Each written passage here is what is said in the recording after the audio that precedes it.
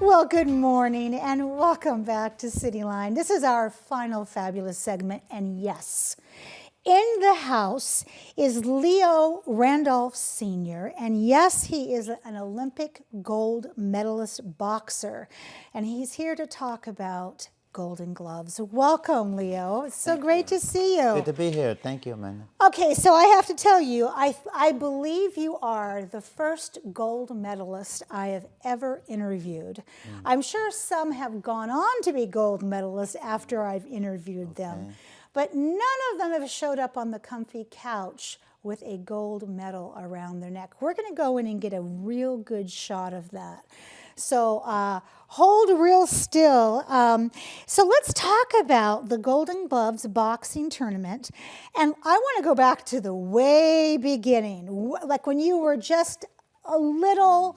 What inspired you to get involved with boxing? Well, I started boxing when I was 9 years old. Oh my God. Yeah, my friend and Okay, do it for us. Yeah, we're ding, ding, ding. We were just joking around in the gym and just having fun with the gloves and the equipment. And then our coach's name is Joe Cloud. He came in and saw us playing with the equipment, and he said, "Hey, what are you guys doing? We're just playing around." He said, "Well, come out and go work out with us.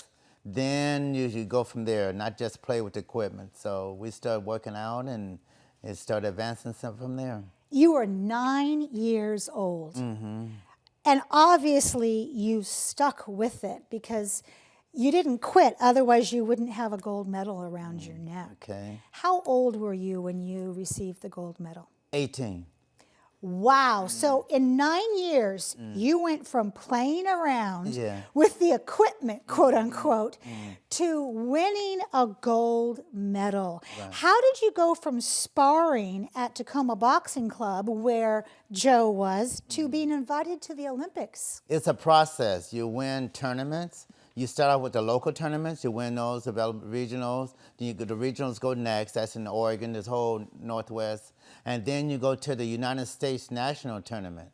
You win that, and then that puts you in fighting for the Olympics.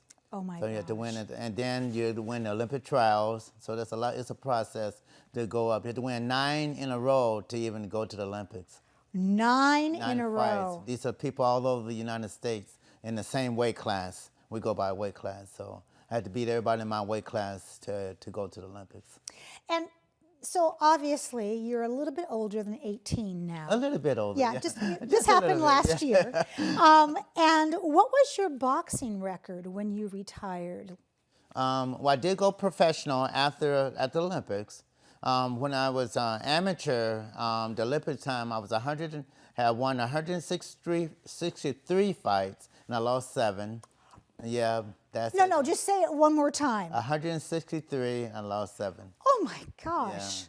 So I had a lot of boxing back then. Then I went professional. I won 19 and lost 2. And I had a chance to win a world championship in professional. So that was awesome also. Absolutely. So I'm waiting for your book to come out. But before your book comes out, one of the questions I have is, what are some of the lifelong lessons that boxing has taught you? Oh gosh, boxing, and especially winning the gold medal, opened up a lot of doors. Doors I knew I wouldn't have got in if it wasn't for the boxing. I became a director at the Al David Boys and Girls Club.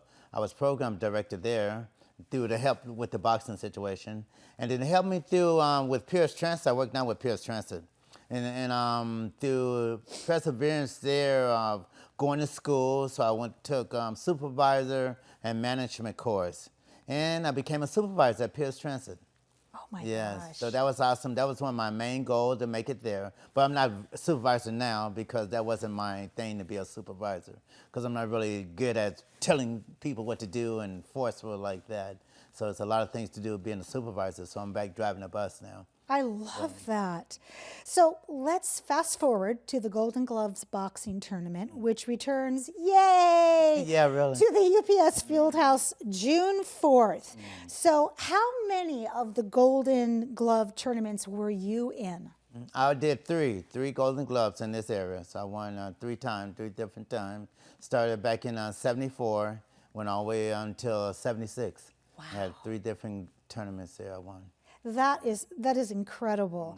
So for people who have not been to the UPS Fieldhouse and watched this, tell us what to expect. This is the beginning. These are like myself and my Sugar Ray Seals. A lot of the boxers started at the Golden Gloves. So this is, you see the beginning of the person that can become world champion, Olympic champions, and making some good out of their lives. So there's a lot of good boxers there. They're from all over this area. Oregon, Alaska, different areas going to be coming in at the Golden Gloves. So it's going to be really fun and exciting. So I have to ask, as I ask every year, are there any girl boxers? There are a lot of female boxers. And they're doing really good. Yep, they be moving and jamming and damming. So there are female boxers. There's some good ones in this area. So it'd be nice to see that too. Oh, and you know, my favorite's got to be Layla Ali. Okay. Because, I mean, you know, anybody who could rise out of the shadow of her greatest person ever lived father, boy, she's got some serious talent. So it'll go for the full day, and then at the end of the day, we will have our champions. Right. Well, we start off on Friday. Fortunate for myself, I'm gonna be the announcer for Friday. Friday night is that's the 3rd. June 3rd is the beginning. Then everyone to win that night would go to the championship. That'd be at UPS on the 4th. Okay. So come out Friday night and listen to me and do the announcement on Friday night, and then go to the championship at UPS Fieldhouse on the 4th of June.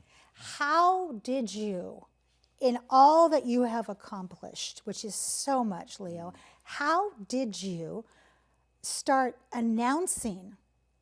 Well, fortunately, you know Stan Nacarado? Yes. I started working with him back in the days, because he was our prime time announcer. He's beautiful Mr. announcer. Tacoma, they call him. Mr. Tacoma, yes, Yes. absolutely. And so one time he asked me, he said, would you like to do some announcement? And I was just shocked. I said, what? Announcing? And this is way back, gosh, almost like 10 years ago. And so I started little by little, and then progressing.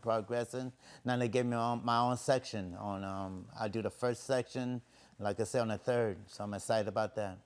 So tell me, what is the golden boy at the tournament? That's the boxer who's more inspirational. Okay. He did good, and he or she, they did really good, inspired people. They had a good attitude, and then they showed potential that they can be champion. They put a lot of effort into their work, and everybody was enjoying it. So that's the golden boy, I best love boxer that. of the night. And how many weight classes are there? There's the law. They read advanced weight class. I say there must be at least 12 or more.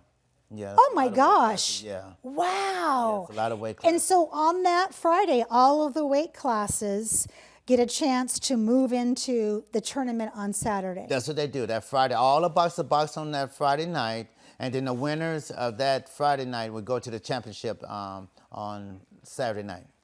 So Saturday night's the big championship. I love that. Yeah. So you were 9 years old when you were messing around with the Right. equipment.